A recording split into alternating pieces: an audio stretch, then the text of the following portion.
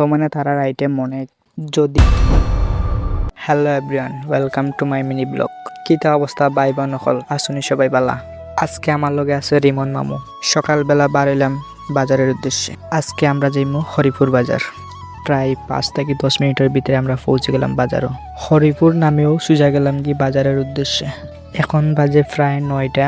সব দোকান বউ খুলছে না বা কোনো বড় দোকানও বন্ধ।